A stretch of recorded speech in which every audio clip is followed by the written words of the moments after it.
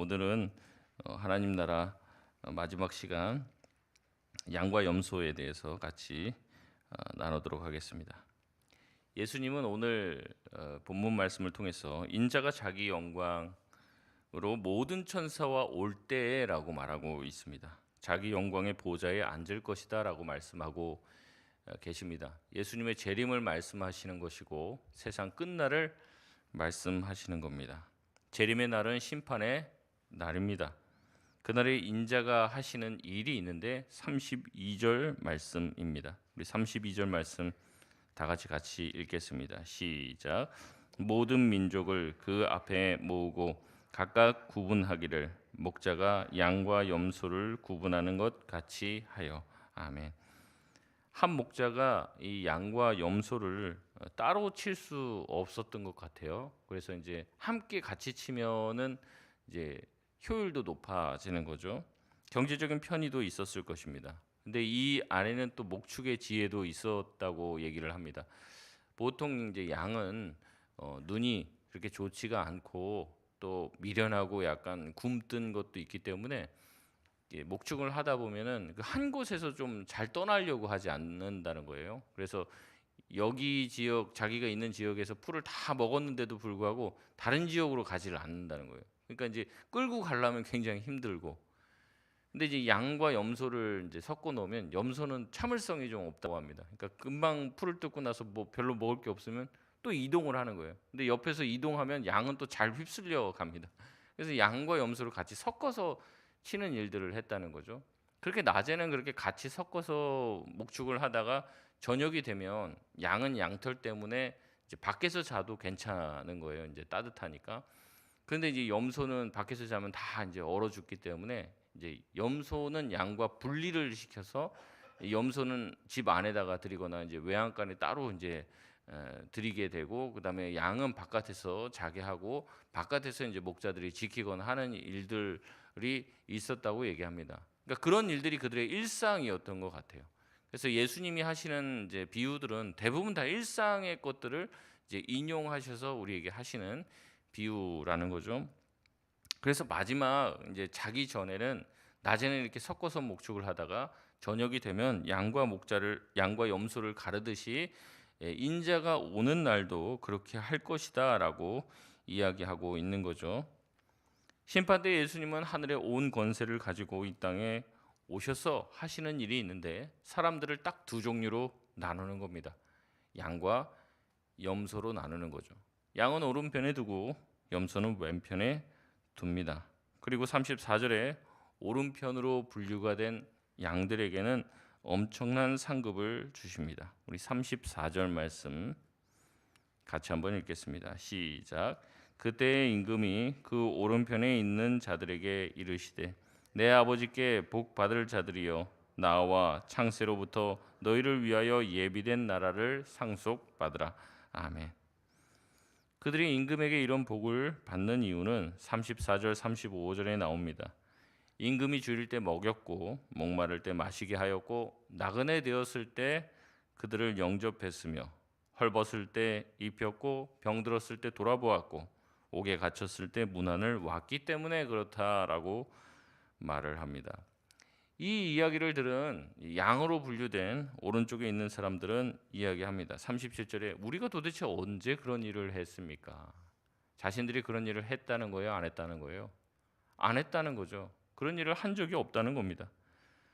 임금은 대답합니다. 40절 말씀 같이 읽겠습니다. 시작.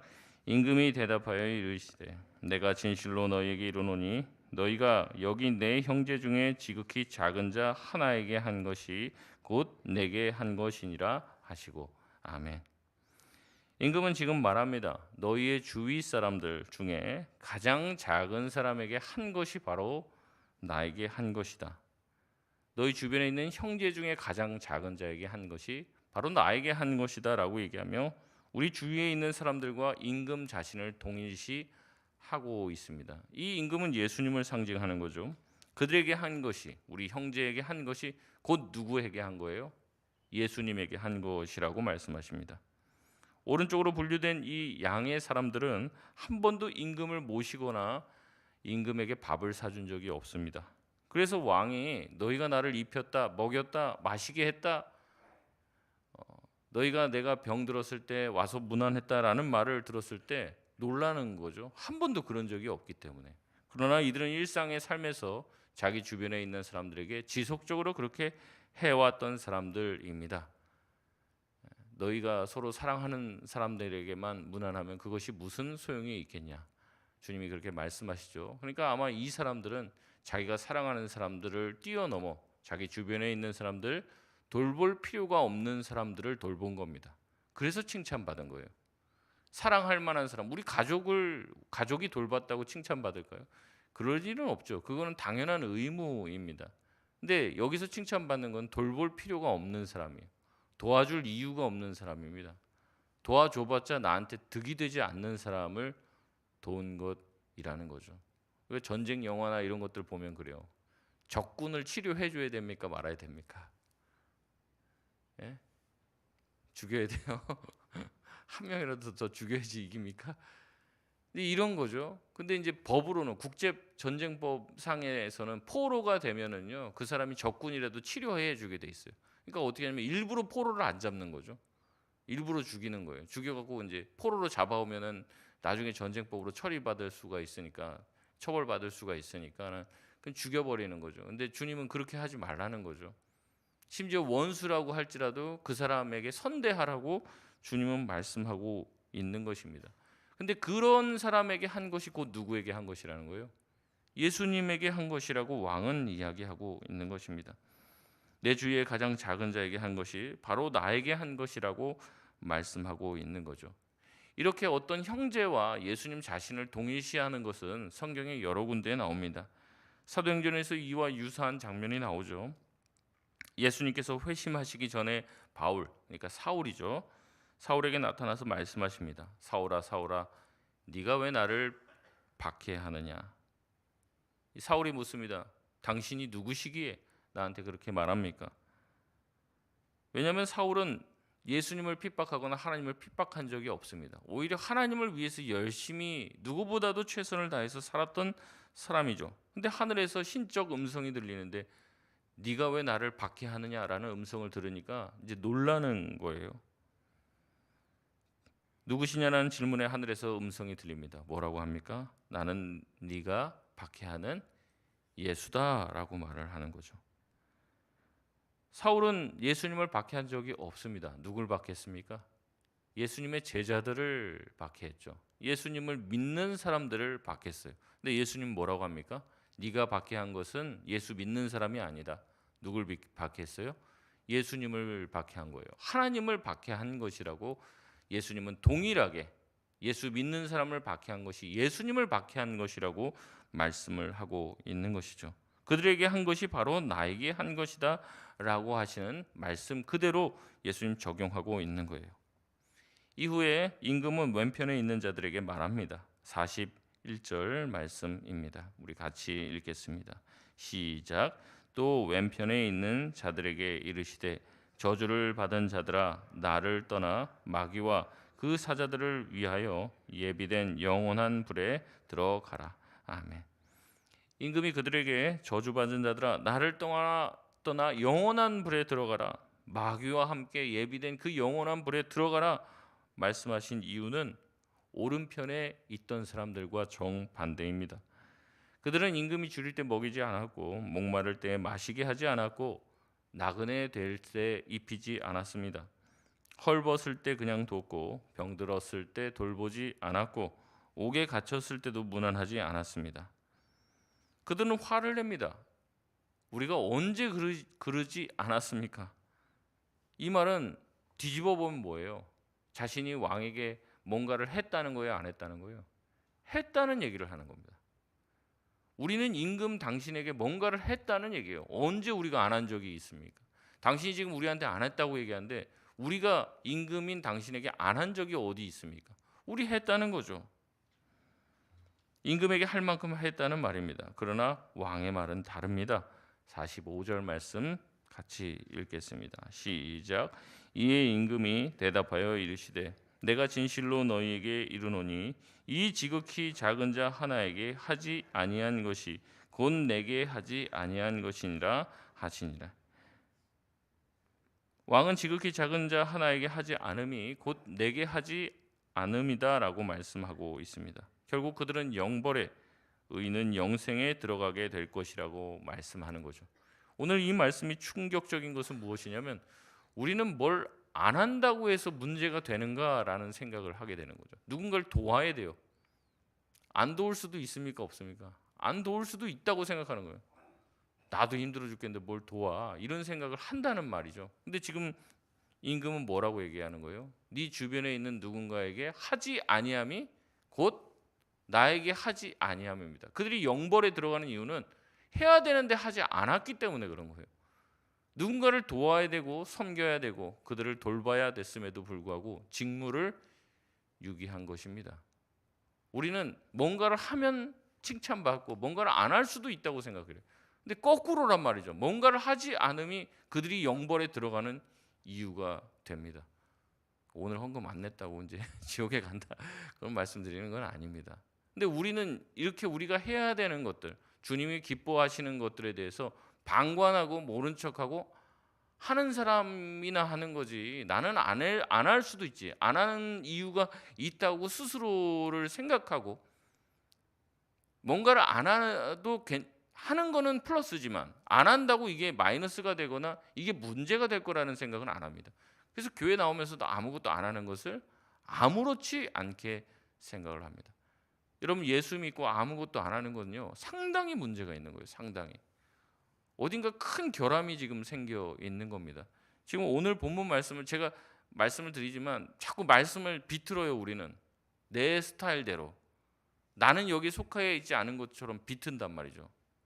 내 나름대로는 안 할 사정이 있다고 얘기를 하는 거예요. 이 변명이 통하냐는 거죠. 임금에게 얘기하는 거예요. 우리가 언제 안 한 적이 있냐. 이 말은 임금에게 뭔가 바쳐야 되는 거나 임금에게 뭔가 해야 되는 의무가 생겼을 때 다 한 것처럼 보입니다. 임금에게 세금도 냈을 것이고 임금이 부과한 어떤 의무를 다 했을 것이에요. 우리로 보자면 우리는 예배를 드렸고 교회에 빠지지 않았을 것입니다. 교회에서 요구하는 어떤 것도 적정하게 했을 거예요. 그런데 우리 이웃에게 마땅히 해야 되는 그 일에서는 우리가 피해가는 거죠. 내 사정이 있고 내가 바쁘고 또 내 형편이 넉넉하지 않으니까 다 피해가는 겁니다. 근데 임금은 그 얘기를 하는 거죠. 네 주변의 이웃에게 마땅히 하지 아니한 것이 곧 나에게 하지 아니함이다. 너희들은 영벌에 들어가게 될 것이다 라고 말씀한 거죠. 여러분, 이 말씀은요 24장부터 계속 이어지고 26장에서도 계속 이어지는 내용인데 제자들에게 하시는 말씀입니다. 제자들은 이미 예수님의 초청을 받은 사람입니다. 그리고 예수님과 동행하는 자들입니다.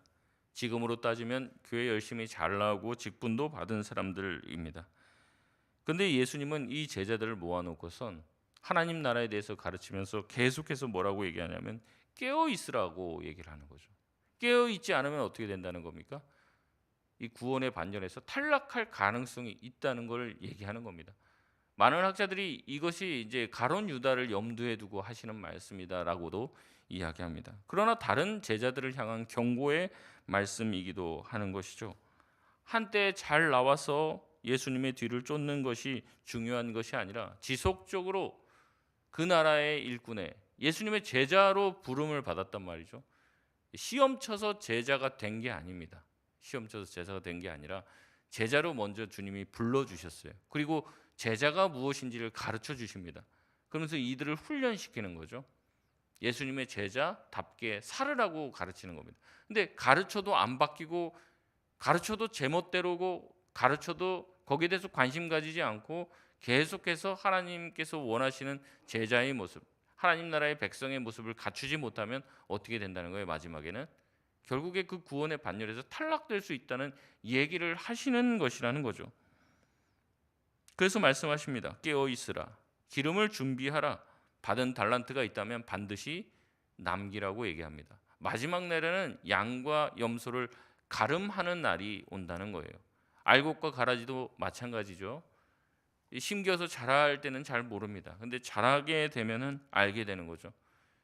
보고 있습니다. 주인은 마지막 추수 때 알곡은 따로 보관하고 가라지는 다 불에 들어간다는 말씀을 하는 거죠.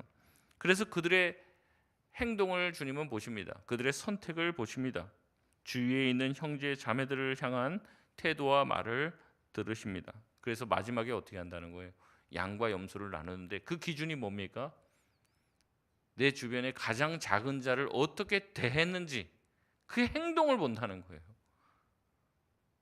그들에게 했는지 아니 했는지를 본다는 겁니다. 저 믿는데요? 주님 믿는데요?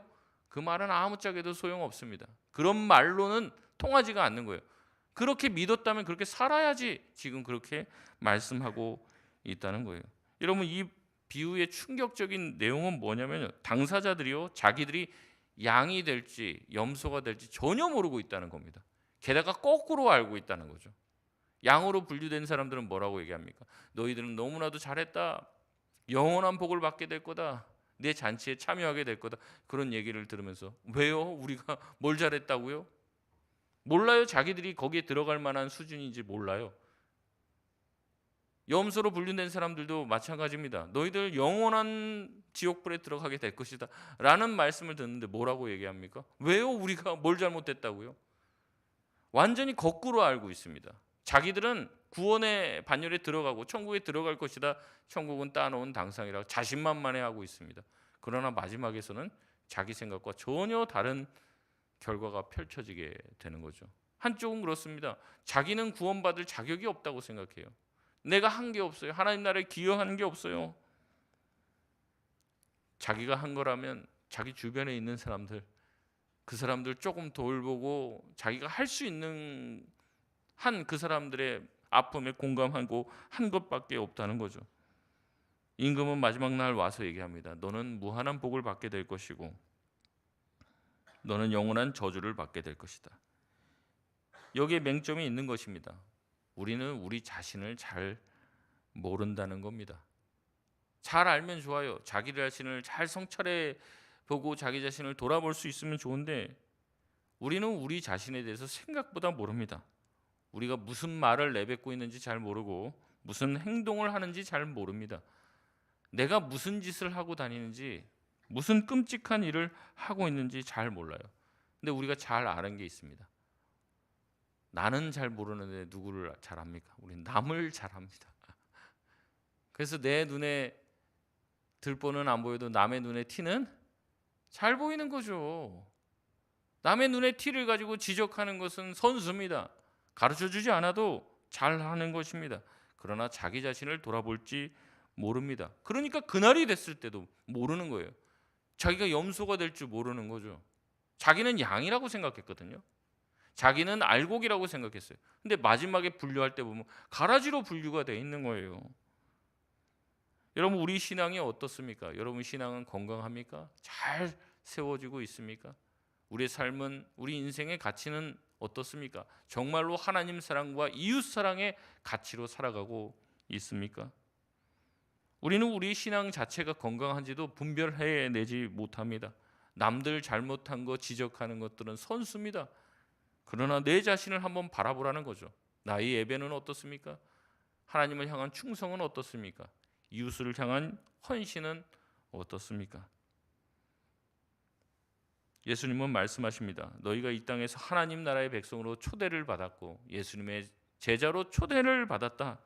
그러니 이제는 세상의 가치를 버리고 하나님 나라의 가치를 배워 그 가치대로 살아가고 그 가치를 전파하라. 그래서 하나님 나라의 일원으로서 끝까지 남으라고 말씀하고 있습니다. 하나님 나라의 백성이라면 당연히 하나님을 사랑하고 하나님의 통치를 인정해야 하는 것이죠.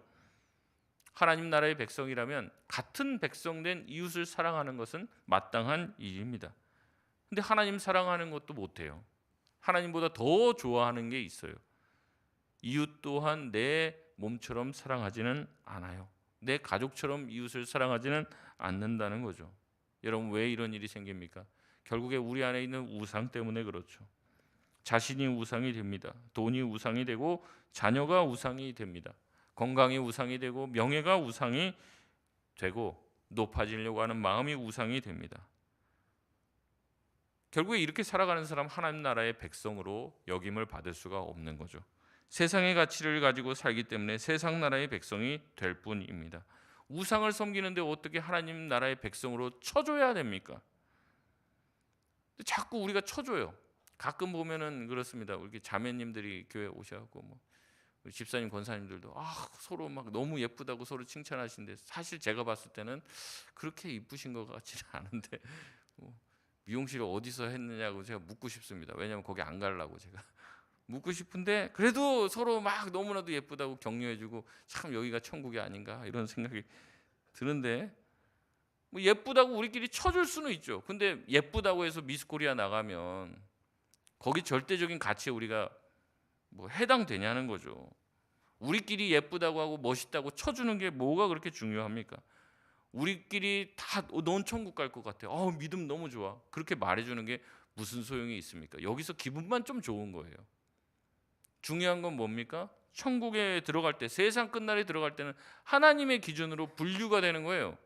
여기서 아무리 우리끼리 믿음 좋다, 뭐 너무너무 대단하십니다, 이런 얘기 해봤자 아무 소용이 없다는 거죠. 그물 비유에서 나오잖아요. 다 잡은 다음에 어떻게 해요? 반드시 분류 작업이 있다는 거죠. 좋은 물고기와 나쁜 물고기로 분류가 됩니다. 교회도 마찬가지죠. 좋은 교회가 있고 나쁜 교회가 있어요. 근데 우리는 잘 모릅니다. 우리 눈에 보이면 좋은 교회라고 여겨지는 교회가 하나님의 기준에 봤을 때는 아닐 수도 있다는 거죠. 사람 눈으로 봤을 땐 건강한 교회일 수 있습니다. 그러나 하나님 나라의 가치를 가지지 못하면 하나님 눈에는 들지 않는 교회인 것이죠. 여러분, 이것을 기억해야 합니다. 이것을 늘 생각해야 합니다.